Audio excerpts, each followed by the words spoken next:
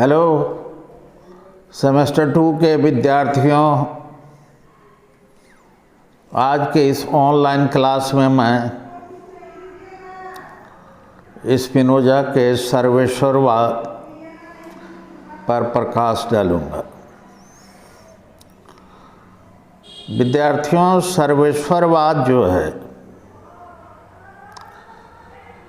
इसको आप यदि विच्छेद कीजिएगा तो अब देखिएगा, बांटिएगा अलग अलग शब्दों में तो देखिएगा सर्व जोड़ ईश्वर जोड़ वाद।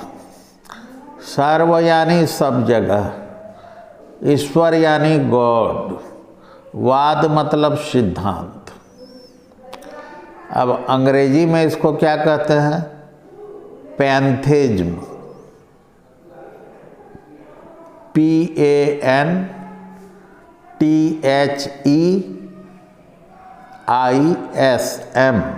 पैंथेज्म।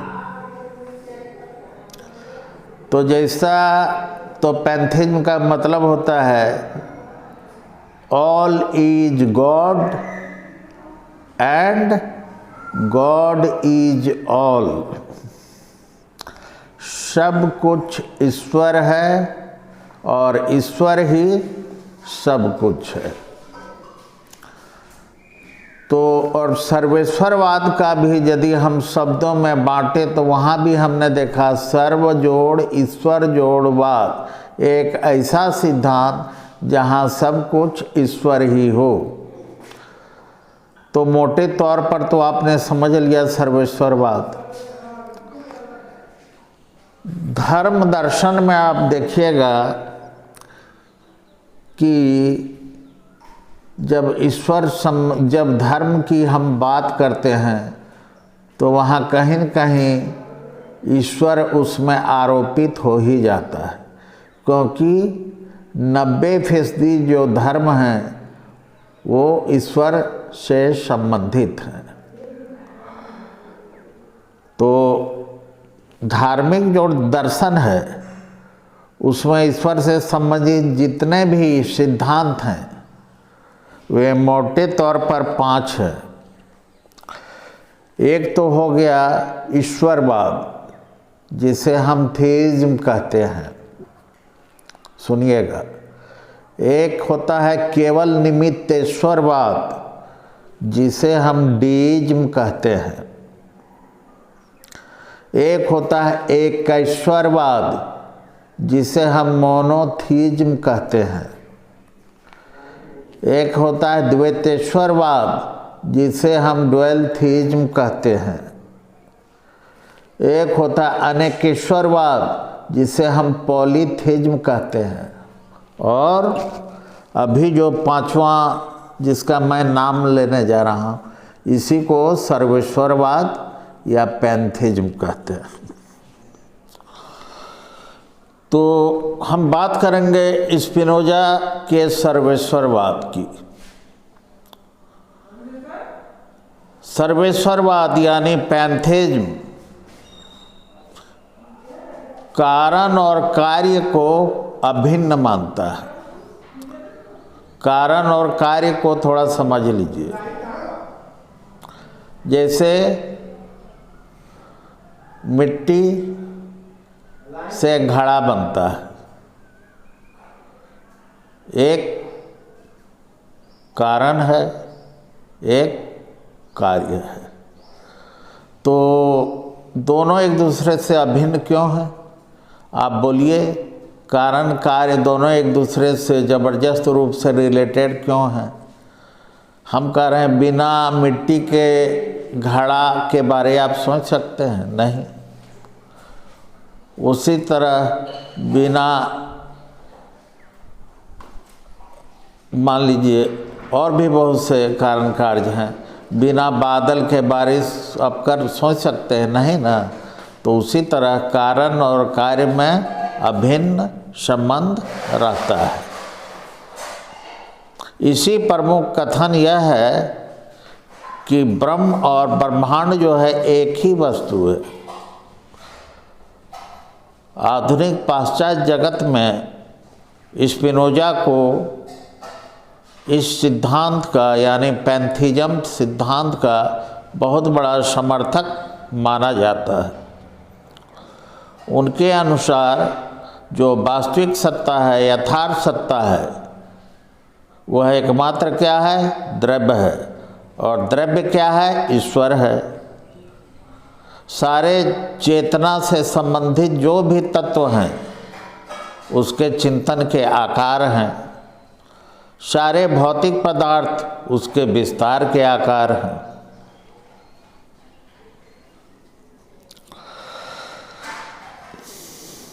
स्पिनोजा जो है वो ईश्वर संबंधी उनकी जो धारणा है उसमें प्रथम हम क्या ईश्वर को किस रूप में आरोपित करेंगे कि ईश्वर इस जगत का रचयिता है, ईश्वर इस जगत का सृष्टा है।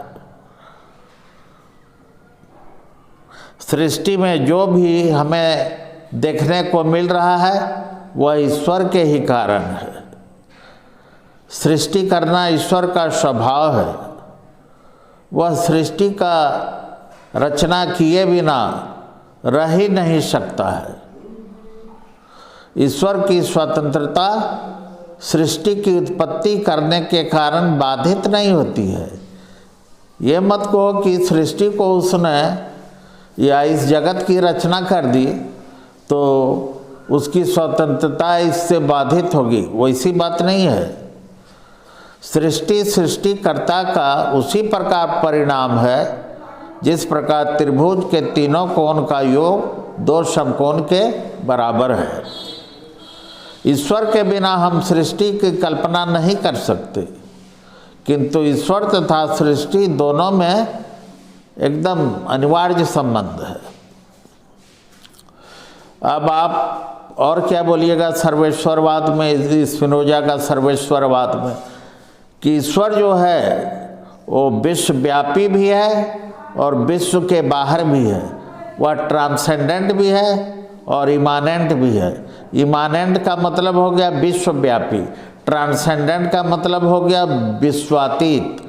अब ये तो हिंदी और इंग्लिश में मैंने बताया, अब मैंने बताता हूँ। विश्वव्यापी यानी जो इस विश्व में ही व्याप्त हो, और विश्वातीत यानी जो इस विश्व से बाहर भी हो।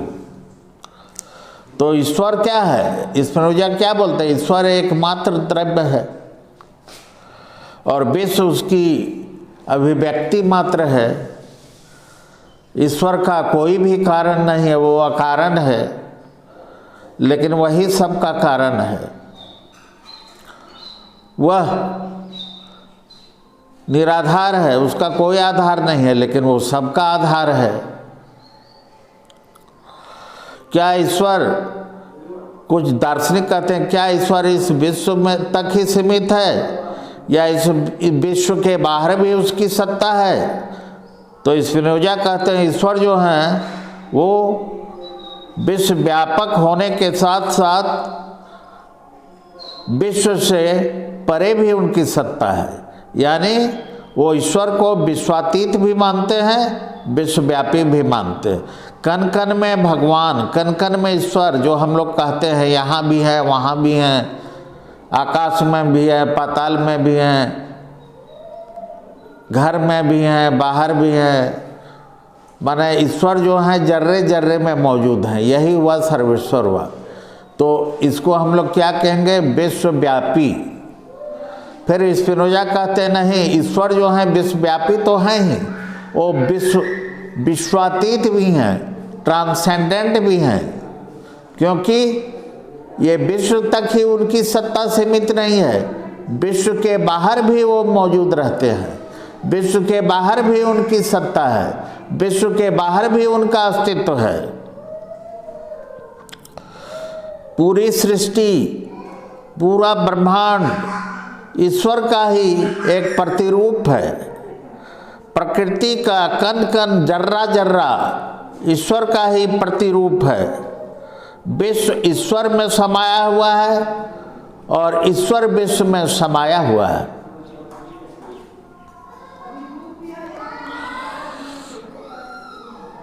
भगवत गीता में आप क्या देखते हैं? अर्जुन कृष्ण को कहते हैं भगवान मुझे आप अपना असली रूप दिखाइए।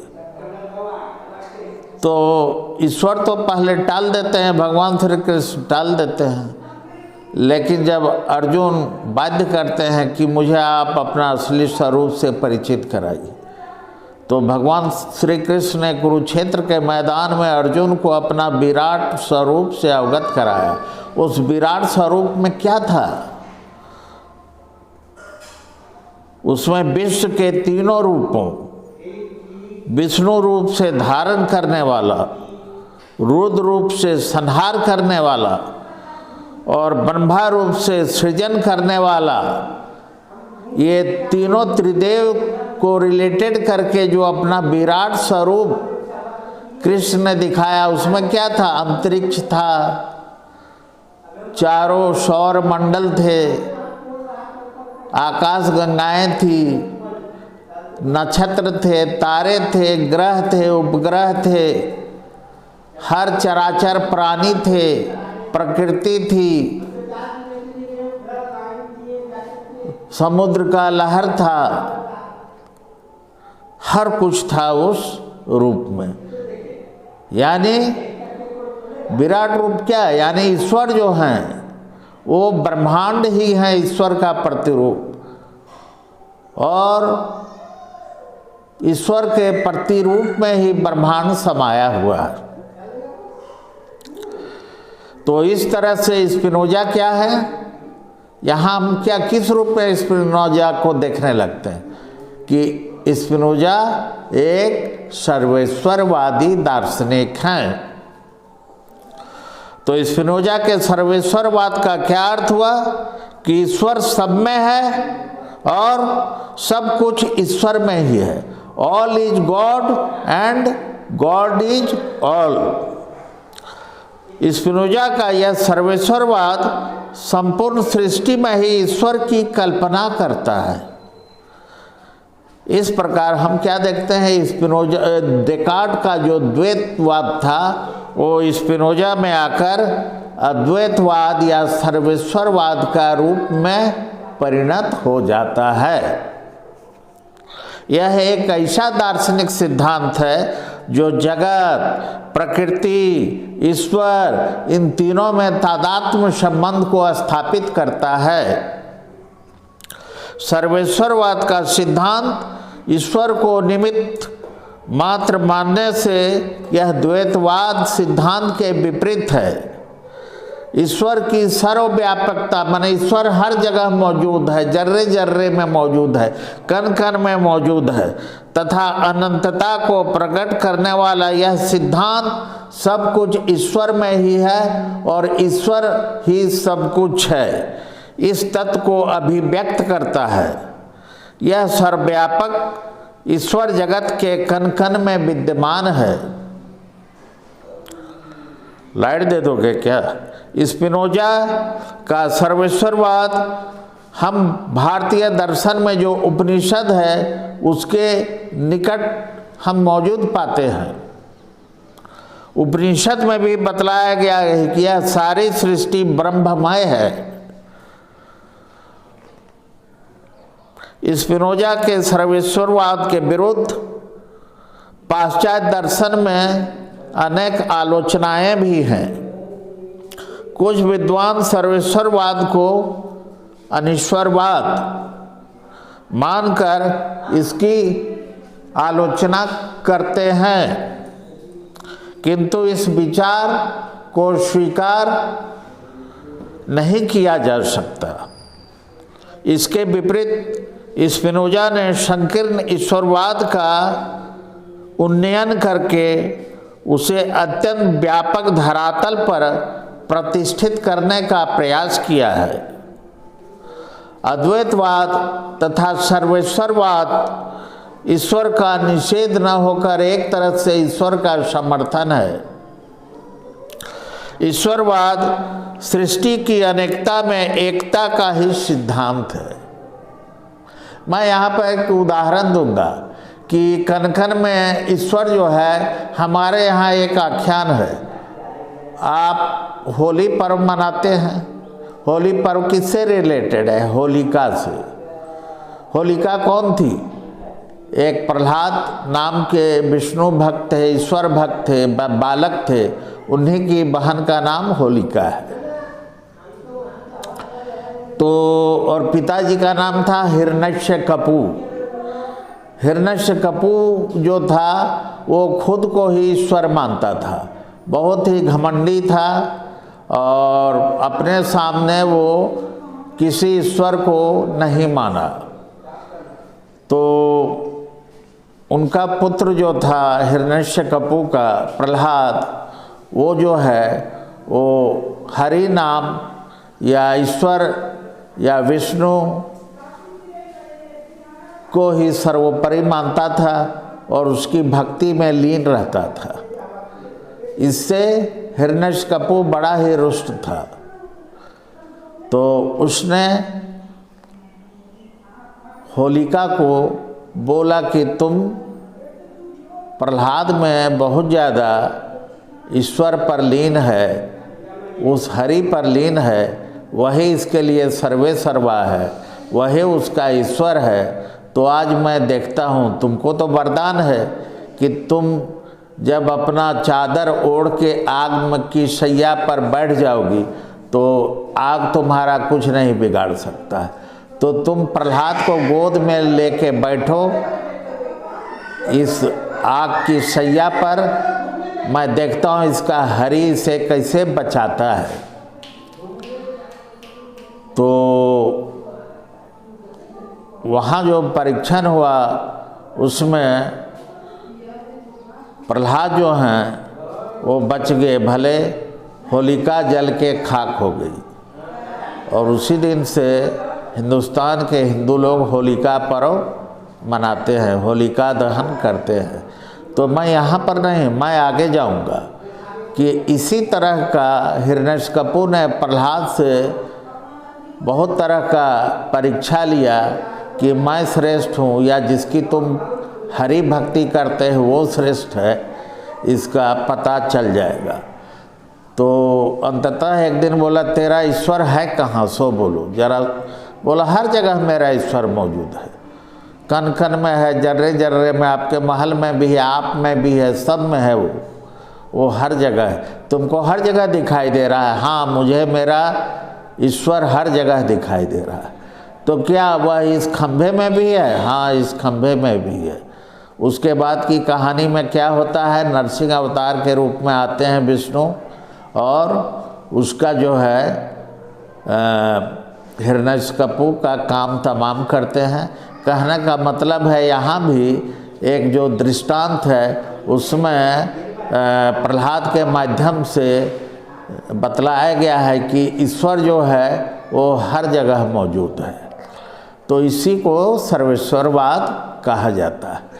कुछ आलोचकों ने सर्वेश्वरवाद का आलोचना किया है और बोला है कि इसमें जो है बहुत तरह की समस्याएं हैं और इसे पूर्णतः ईश्वरवादी कहना अच्छा नहीं प्रतीत होता है। कुछ आलोचक कहते हैं सर्वेश्वरवाद जो है वो निराशा को उत्पन्न करता है, आदमी को निराशावादी बना देता है, आदमी को यह निराशावादी बना देता है। क्योंकि जब आदमी ये जान जाएगा कि सब कुछ ईश्वर की ही मर्जी से हो रहा है तो आदमी क्यों कोई प्रयास करेगा, क्यों कोई कोशिश करेगा। मान लीजिए आपका लड़का पढ़ता नहीं है और यदि सर्वेश्वरवाद की है, सब जगह ईश्वर है, ईश्वर की मर्जी से हो रहा है, तो वो लड़का यदि नहीं पढ़ रहा है तो लड़का कहेगा नहीं मैं नहीं पढ़ रहा हूँ, इसमें मेरी कोई परेशानी नहीं, मेरी कोई समस्या नहीं है, मैं जान के नहीं कर रहा हूँ, ये तो ईश्वर की मर्जी है। तो इस तरह से लोग सर्वेश्वरवाद की आलोचना करते और कहते हैं कि सर्वेश्वरवाद मनुष्य को आगे बढ़ने से रोकता है, वो मनुष्य को आगे जाने नहीं देता है और निराशावाद की ओर मनुष्य को अग्रसर करवाता है। अच्छा, कुछ आलोचक कहते हैं इसमें कोई धार्मिक कठिनाई भी है। सर्वेश्वरवाद धार्मिक मान्यताओं की पुष्टि नहीं करता। ईश्वर का व्यक्तित्व न होने का कारण भक्त एक जो कोई सामने ईश्वर का आकार को रख के जो ध्यान केंद्रित करता है वो तो यहाँ है नहीं, क्योंकि वो जर्रे जर्रे को ईश्वर कहता है। ईश्वर का न तो कोई रूप है न आकार है, जिसमें वो है वो उसका रूप आकार है। तो इस तरह से मनुष्य की धार्मिक भावनाओं को संतुष्ट करने में सर्वेश्वरवाद असमर्थ है, ऐसा आलोचक कहते हैं। फिर कहता है कि नैतिकता पर भी ये आघात करता है। सर्वेश्वरवाद कहता है कि कण कण में ईश्वर व्याप्त है, जर्रे जर्रे में ईश्वर मौजूद है, वही सब कुछ है और सब कुछ ही ईश्वर है। तो मनुष्य क्या हुआ, केवल निमित्त मात्र रह जाता है। ऐसी दशा में संकल्प की स्वतंत्रता का प्रश्न ही नहीं होता है। सर्वेश्वरवादी दर्शन में तब नैतिकता का न होना इस मार्ग की एक मूलभूत समस्या है। तो विद्यार्थियों, आज मैं आधुनिक पाश्चात्य दर्शन में डेकार्ट के बाद स्पिनोजा का भी अध्याय को स्पिनोजा के सर्वेश्वरवाद की अवधारणा के साथ ही समाप्त करता हूँ। अब मैं जो तीसरा बुद्धिवादी दार्शनिक लाइबनिज हैं उनके बारे में अगला क्लास में डिस्कस करूँगा। तो ठीक है, आगे के लिए खुश रहिए, आबाद रहिए।